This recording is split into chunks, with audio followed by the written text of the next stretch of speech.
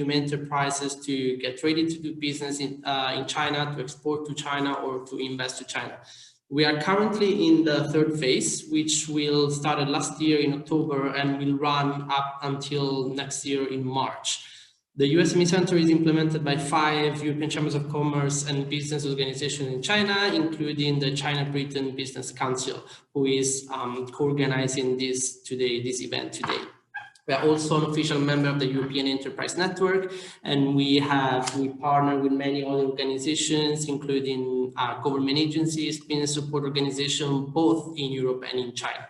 And we have a physical office in Beijing, from which I am joining. Next slide, please, Serena. I mentioned we help European SMEs get ready to China, do business to China, and we do so mostly through 4 services. We have a knowledge center. Basically, we produce market report, guidelines, case studies, but also reports on other horizontal issues like taxation, human resources, and so on. We also have an advice center on which I will focus in more detail in the next slide. We have a training center, sorry, if you can go, yes, thanks. We have a training center under which we organize trainings, workshops, webinars like this one today. And last but not least, we also have an advocacy platform which gathers European SMEs and shares updates on the policy side. We help spreading news on calls for comments on draft regulations. We help collect comments from European companies and submit them to the relevant authorities. So next slide, please. I mentioned the advice center. We have one ad hoc service called Ask the Expert. Basically, we have both in-house and external experts who are ready to answer all the questions that you might have on different aspects of doing business with China. This also includes very technical questions, for instance, product tax at customs, or what kind of standards does my product need to comply with, and so on. So to give you an example, today at the end of this webinar, we will have a Q&A session, and you will have the opportunity to ask all the questions that you have. But actually, you can, if you have questions, you can do this every day to us. You just need to go to our website or send us an email. And next slide, please. Last, I would like to, we have many activities in these months. We have webinars, workshops, including a few already confirmed for the next month, and I listed some examples here. We have one tomorrow on green construction, but we also have other sectors like blockchain, or also on horizontal issues like how SMEs can engage government agencies in China. Since today is about food and drink, I also announced you that in April we will have another webinar specifically for wine. Not 100% confirmed now, but more updates will follow. We also have monthly working group meetings. We're also going to take part to the Hainan Expo in May. And then we will have reports, and we are in the process of finalizing a self-diagnosis tool to help SMEs understand whether they are ready for China. We provide case studies, we provide information so that SMEs can get more information. Next slide, please. We are also going to launch a small survey at the beginning of this webinar to help us understand a couple of questions, to help understand what kind of audience we have, what is your current level of engagement with China, if you are already active in China, if you are only exporting, or if you are exploring the option to export, so you are not yet present in China. We would invite you to answer these questions, and we will display the results later. So I would now move to introduce today's speakers, two very experienced speakers, and it's my pleasure to have them here. The first one is Ms. Ilia Ye, who is the head editor of Camlink food portal, and she's a very experienced analyst of food regulation in China. And and especially from the perspective of standards, compliance, but also market trends. And today her presentation will provide an update on the regulations that were issued last year, especially in terms of standards, both issued but also draft. And then she will focus more in detail into 4 specific product categories: dairy products, baby food, complementary baby food, health food, and food ingredients. So I would give the floor to Ilya, and thank you again for being here today. Okay, thanks so much. Thanks, Alasu. So let me share my screen now. Okay, so hello everyone. This is Ilya from Camlink. I'm very happy to meet you here, and thank CBBC and USME for organizing such excellent online activity and giving us such great opportunity. So as we know, 2020 witnessed many significant regulation updates in China. It's time for us to review what have happened in the past year and perceive the possible regulatory changes in 2021. So the webinar today consists of 2 parts. To begin with, I will introduce the key regulation updates in 2020 from the following 8 aspects, just as what Alasu just mentioned above, such as you can see here, the microenvironment, import performance, and regulation and GB standards unveiled last year. And next, I will introduce the regulation changes of specific food categories. And next, we will see what we could expect for 2021, namely the regulations which are likely to be released this year. So first, let's review the key regulation update in 2020. So in the past year, we can see China continue its path towards opening up. So the first thing we're going to talk about is that China expanded its CBEC pilot regions to 86 cities and the whole Hainan Island. Even during the pandemic period, China still organized the 3rd China International Import Expo, which we can consider as a firm attitude towards opening up. Now CIIE also became a fast lane for overseas brands to access Chinese market, because to some CIIE exhibitors of special food, they can also enjoy the preferential policies to get their on-site inspection conducted first, as revealed by Shanghai Administration for Market Regulation. The second point I want to introduce here is the RCEP agreement, which was signed in November 2020.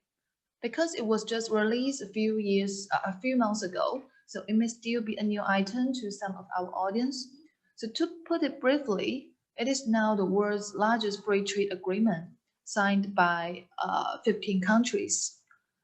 Namely, 10 ASEAN members, together with China, Japan, South Korea, Australia, and New Zealand.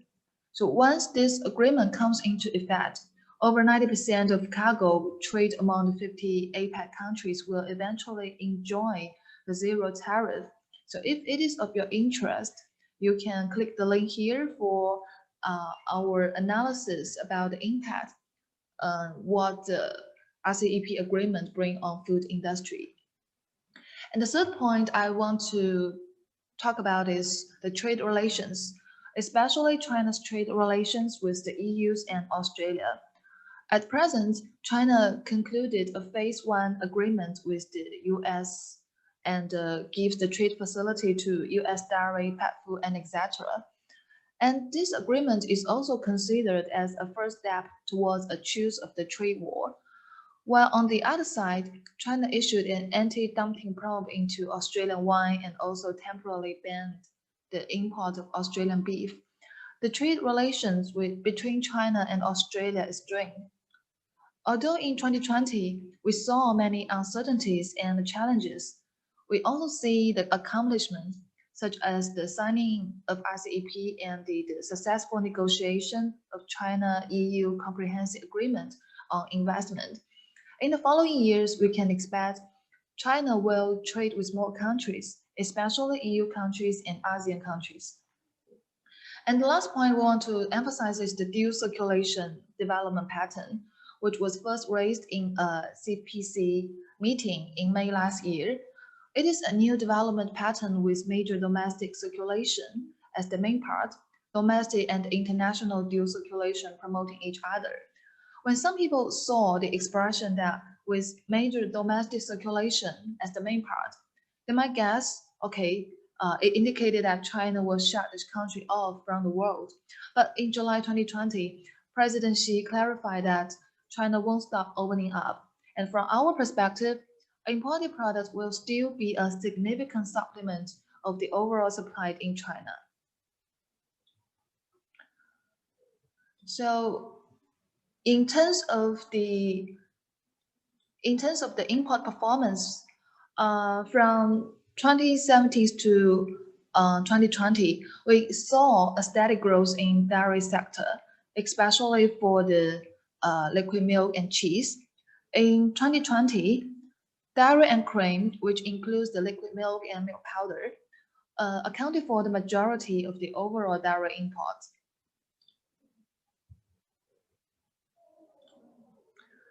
The import volume and value of infant formula dropped for the first time during the recent years. So the decrease of birth rate in China may be one of the factors for the reduction, but we also need to realize that the domestic infant formula brands like famous are also rising, and they are also struggling to occupy more and more market shares in China. As for the trade partners, the top 10 countries are the same with the past year. And our prediction for infant formula industry in 2021 is that the growth of import value will be slow, and in the near future, the import value and volume will tend to remain stable. The import volume of both beer and wine products greatly decreased in 2020, especially the grape wine. It reduced by 30% from 2019. France, Australia, and Chile are top 3 trade countries to China for wine products. The shortage of pork supply in China greatly facilitates the importation of fresh, chilled, and frozen pork. Its import volume from January to November of 2020 was twice the volume of 2019. We predict the import volume will still grow in the near future, but it will tend to remain stable as China is now increasing the domestic pork supply. The top 5 trading countries in this sector are Spain, US, Germany, Denmark, and Canada. As for the import performance of fruits, I choose 3 kinds of fruits here. Their performance are quite typical in 2020. So the first is the banana. It represented the performance of most fruits, which had a steady growth in 2019, but faced a decline due to the pandemic. The second one is the fresh or dried avocado. After 2018, the import volume and value decreased year by year, which is also a reflection of the market. Avocado is a popular and novel fruit to most Chinese consumers in the past few years, but due to its taste, except for people who pay attention to body management and fitness, most consumers do not regard it as a daily consumed fruit and will not buy it as frequently as other fruits. And the third one I want to emphasize is cherry. As we know, cherry is well sold in China, especially during the winter. It is regarded as one of the best fruits to purchase, especially during the Spring Festival. It will be a very nice gift. And the taste is good, but the price is not cheap. It is also one of very pleasant, a very good gift. So even in 2020, the import volume of cherries do increase, but its retail price is not as high as previous year because several batches of imported cherry were detected virus positive in early 2021. Generally speaking, we predict the import value of cherry will remain a steady growth this year. We can expect pet food to be the most promising category over the next 5 years, since pets have become more and more important to Chinese families. And we can see there is increasing amount of people have begun raising pets in China. The top 4 countries exporting pet food to China are Canada, US, New Zealand, and Thailand. In the past year, approximately 2,000 commodities were rejected by the GAC authority. Most of them were from Vietnam, Japan, Taiwan area, Ecuador, and Russia. As for the major non-compliant categories, aquatic products and meat products are given the first and second place respectively. After the outbreak of COVID-19, China strengthened the supervision of food safety, including conducting the viral testing on overseas frozen food, suspending the imports from some overseas factories, demanding traceability code, releasing disinfection guidelines, and etc. So Camlink we have prepared a webinar about the supervision measures on frozen food. You can click the link here for the free registration. The top non-compliant reasons include unqualified labeling, animal epidemic disease, and lack of documentation, and etc. So next, let's see the regulations and the standards released in 2020. You can see here most of them are health food regulations, and I will detail it in my following speech. So among all those regulations, here I want to emphasize the influence of the advertising regulation and the one related to special food on-site inspection. So in 2020, China's Advertising Association released a live streaming marketing code to regulate the live streaming market. As we know, live streaming is very popular in China, and it has already become a very significant promotion channel for the enterprises. And the document specifies the requirements to the platform, to the merchants, and also to the live streamer. At the same time, this code also specifies the quality requirements. For example, the product or service promoted should comply with the quality and safety requirements stipulated in corresponding laws and regulations. The sales of special food, special products, including drug, medical devices, health food, and food for special medical purpose, need to be granted qualification or the administrative approval. And the terms used by live streamers need to comply with the advertising law. Terms such as the lowest price online, the national level, superlative, and best or similar comparative words are illegal. The implementation of this code is expected to reduce the selling of poor quality products and service. And the second regulation I want to introduce here is the on-site inspection requirements for special food registration. After the release of these interim requirements, on-site inspection is now a mandatory part for the special food registration. The requirements are also stricter than before. SAMR will examine manufacturers' development and research capability, clinical testing, production, product testing, and etc. If required, SAMR can further examine the production of raw materials, auxiliary materials, and packaging materials. Another thing was known as the official language during the overseas on-site inspection is Chinese. So the inspection materials needed during the inspection should be written in Chinese. Applicants should also provide interpreters and will bear any responsibilities for problems with translation during the on-site inspection. For detailed requirements, you may check our news or email Camlink for more for the translation service. And here are the major consultation drafts released in 2020. Just like the previous slide, so there are many drugs related to health food, and I will also explain them later. And in this part, the most important drafts are the one related to overseas food manufacturer registration and the two labeling regulations. So first, the new draft of overseas food manufacturer registration provision. This new draft is applicable to all foods, excluding food additives and food contact materials. Apart from meat, aquated, dairy, and bird nuts, more food products will be subject to the stringent overseas manufacturer registration, including health food, food for special dietary uses, and etc. And food deemed as high risk will bear more stringent requirements.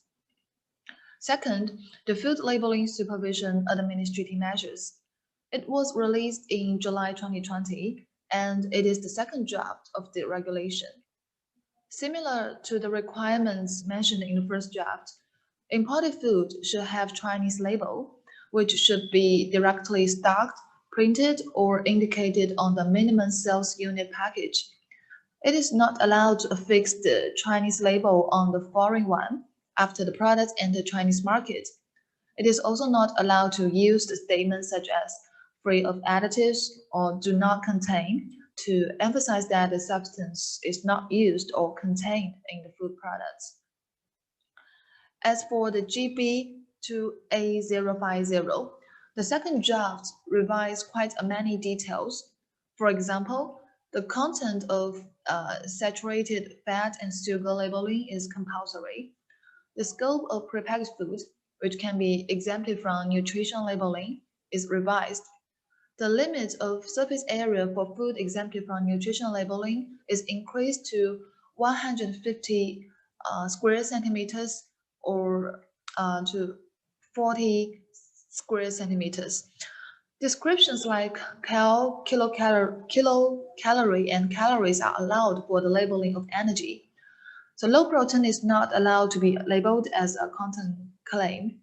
The function claims of sugar, vitamin K,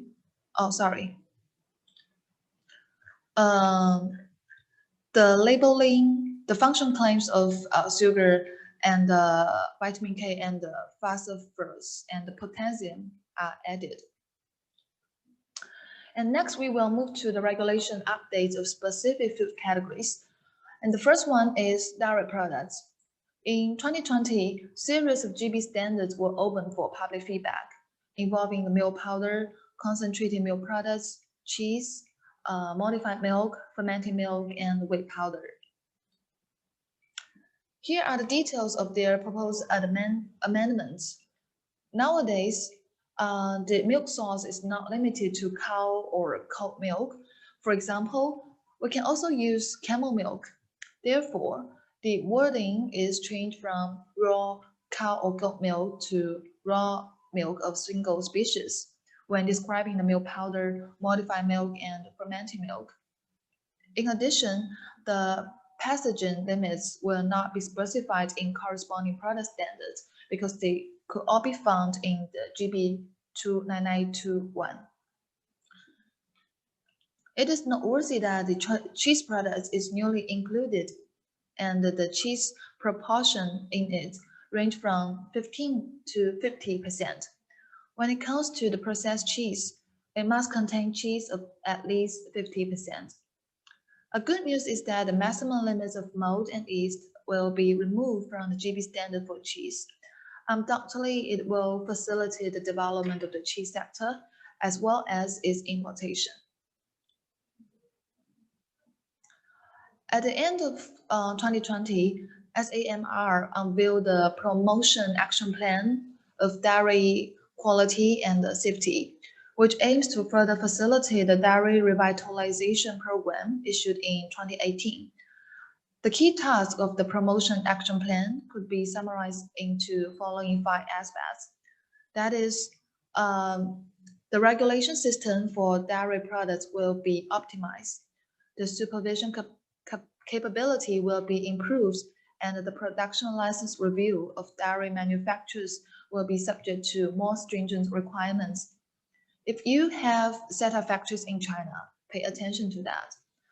The third point is to further develop the quality and safety management system of the dairy manufacturers. To realize this goal, Chinese enterprises are encouraged to reinforce the whole process control, including the strengthening the milk source management, establishing their own pasture, and etc. In addition, Chinese government supports the enterprises to develop new production technique and help to build the consumption confidence. Regarding the impact on dairy industry, the promotion action plan encourage enterprises to develop cheese and butter, and the government will also popularize the benefits of consuming cheese. Although cheese sector is still in its initial stage in China, it is expected to have rapid growth in the near future and occupy more market share in the overall dairy industry. If all these goals are realized, the product quality will be significantly improved and undoubtedly Chinese consumers will be more confident towards domestic products.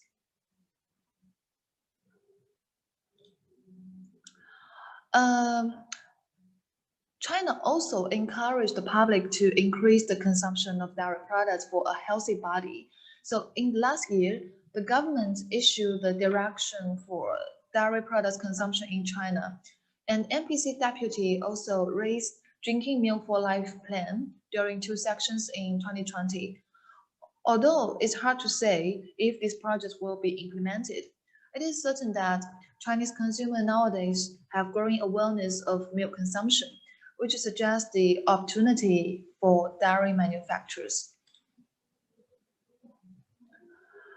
Complementary baby food is also a category that our audience focus on. So in 2020, China consulted on the GB standards for cereal-based complementary baby food. The revision mainly involves the raw material, nutrient level, and the microorganism limits. As we know, CBEC products are not required to follow GB standards and other mandatory administrative approval, but we anticipate that baby food imported via CBEC will be subject to more stringent supervision in future. Last year, Timor Global released several technical requirements and ingredient prohibition for infant formula and complementary baby food. At present, Timor Global is the CBEC platform that have the highest product market access standard. But it's hard to say whether other platforms such as Jingdong International and Suni International will follow Timor Global to optimize their product quality mechanism. If you have any other questions for this part, just feel free to ask me in the QA section. As I mentioned just now, lots of health food regulations were released in 2020. So at the end of October, China SAMR published 3 health food related technical guidelines for testing and assessment. They took effect immediately and replaced partial content of the 2003 technical standards. The 2020 guideline for toxicological testing and assessment replaces the corresponding standard for toxicological assessment in 2003. It expanded the test substance from health food products to health food products or health food raw materials. The bacterial strain guideline includes new contents that the 2003 version did not cover. It stipulates the test method and evaluation procedure on pathogenicity of bacteria, filamentous fungi, and yeast used as health food raw materials. The physiochemical and hygienic guideline replaces the content of functional ingredients and hygienic examination in the 2003 technical standards. It specifies that it is applicable to both health food registration examination and health food filing examination. As you might know, the 2003 technical standard was abolished in 2018. Except for the toxicological assessment and hygienic examination, the 2003 version included another essential part that is the functional testing and assessment of health food. The consultation draft of functional evaluation guideline was released in November 2020, requiring more information of the test samples, and some test methods are also updated. In addition, the draft of ethical review guideline was released as well, providing the reference of conducting human consumption trial.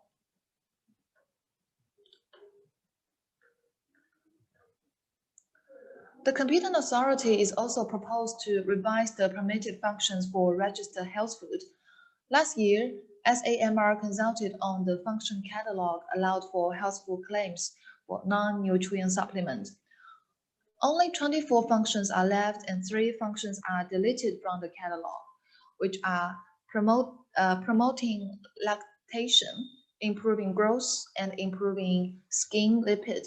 You can click the link below to check the 24 functions.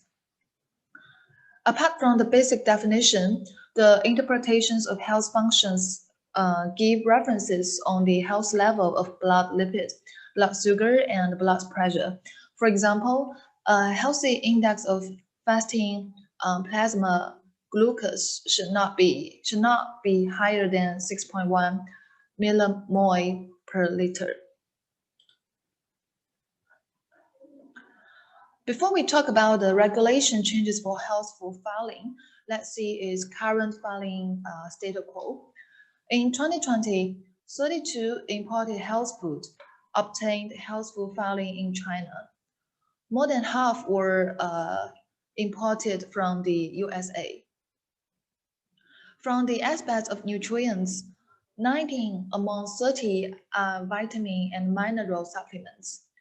10 products are vitamin only, and only 3 products are mineral only. The most frequently approved nutrients are vitamin D and calcium. As of the end of 2020, a total of 107 imported health food products have obtained filing certificates, 3 of which have been cancelled.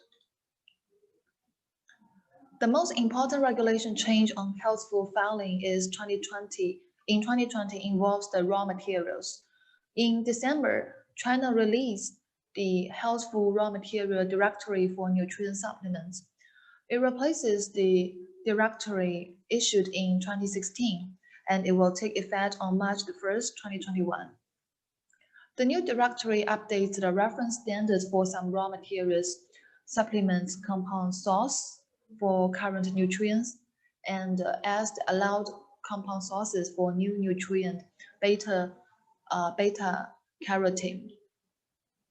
Apart from the directory for nutrient supplements, 5 new functional ingredients were added into the health food raw material positive list. The 5 ingredients are cosmic Q10, melatonin, fish oil, reishi shell broken spore powder, and spirulina. It will also take effect on March 1st, 2021. So before this regulation was released, these 5 ingredients were allowed to be used in health food as well. But health food using these ingredients as the raw material can only apply for registration because these 5 ingredients are not listed in the raw material party list. However, now it will be much easier for enterprises to obtain the Blue Hat certificate for their products via filing in the future. Compared to the registration mechanism, it takes less time and cost for enterprises to get health food filed. However, it is noteworthy that the imported health food using those 5 functional ingredients cannot apply for filing in China. That is to say, if your products are exported to China for the first time and which using these 5 functional ingredients, you have to apply for registration. The function claims for nutrient supplements have been updated too. The new function catalog released in 2020 added a new nutrient beta-carotene and a new interpretation on health function. The interpretations on functions will work as function claims for corresponding nutrients. Health food labels are allowed to take 1 or more sentences from the interpretation as standard function claims.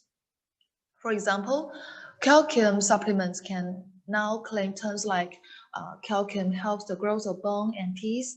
Calcium is the major element of bone and teeth, and it helps maintain bone mineral density. The use of two new dosage forms, gelatinized confection and powder, were consulted in 2020. And just a few days ago, China officially approves their usage in health food for filing. Regarding the food ingredients, in 2020, China approved 4 new food raw materials and another 7 food raw materials were consulted. China also approved 30 food additives in 2020. Among the 30 additives, 14 are new USME preparations. 10 are additives with expanded scope. There were also 27 food additives open for public feedback in the last year. So if you want to check if the additive you want to use is allowed in China, you can search the name of the product. You can search the name and it's corresponding applied products in Camlink food additive database. In 2020, China also approved that 6 substances can be used as both food and Chinese medicine. The 6 substances are listed in this slide. These substances can only be used as spices and condiments in food. When they are sold as food, their labels, instructions, or advertisements should not contain false advertising information and should not involve information regarding disease prevention and treatment functions. There is a significant food regulation change in Hong Kong in the past year. Well, one thing we need to pay attention to is that the 2018 Food Adulteration Metallic Contamination Amendment Regulation came into full effect at the end of 2020. Before the implementation, it only applies to fresh food, and now it's applicable to all foods. Macau finalized the maximum residue levels of pesticide in food in 2020 and also strengthens the traceability for cold chain food with the new system. Taiwan updated health food related regulations in the last year, covering functions and assessment methods. The function claims listed in the items of healthcare effects is proposed to increase from 13 to 14, adding joint care as a new function. The health food safety assessment method published in December, including the reduction of animal testing. Apart from the health food, FSMP regulation also underwent changes.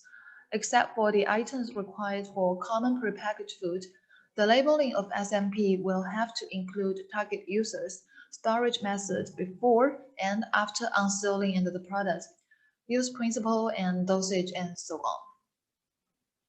For dairy products, starting from May, dairy products exported to Taiwan must be accompanied with an official sanitary certificate from the competent authority of the exporting countries, revealing the products are not harmful for human consumption or conform to the food safety regulation in the exporting country. After reviewing the key regulation updates in 2020, let's see what we could expect this year. The first is the promulgation of food labeling supervision administrative measures. As I mentioned at the beginning of the webinar, it has been open for public feedback twice. The first draft was released at the end of 2019, and the second one was in the mid of 2020. Up to now, the consultation period was ended, and we got some private information that the final version has been completed. In this case, it is highly likely that the formal version will be released in 2021. The 14th five-year plan is a significant document pointing out the key direction for China's dairy industry. On February this year, China Dairy Association embarked upon its preparation work, and it is said that this document will be released on the 12th Dairy Conference of China and the 2021 China Dairy Exhibition held this year. In addition, according to the Promotion Action Plan of Dairy Quality and Safety, one of its key goals is to optimize the legal system. And last year, we also see lots of GB standards for dairy products were open for public feedback, and some were even under consultation for the second time. We expect the final version will be completed soon, and some may be unveiled this year. Earlier in 2019, the revision to administrative measures on infant formula registration has been open for public feedback. And later in 2020, the draft was listed in the legislation program, and the final version should be finalized by the mid of 2020 according to the schedule. So in this case, the formal version should be unveiled in 2021. When this regulation comes to effect, on-site inspection will be more stringent, and the registration renewal may be subject to higher standards. It is expected that the new GB standard for infant formula will be unveiled soon as well. The drafts were released in 2018. It is said that some nutrient levels may be adjusted after public consultation, and the final version has been submitted for the final review. If the standards are released this year, then they are likely to be implemented in 2020. As some technical standards are changed, it may impact the formula registration and renewal, but we think the authority will give a grace period and issue the detailed implementation rules.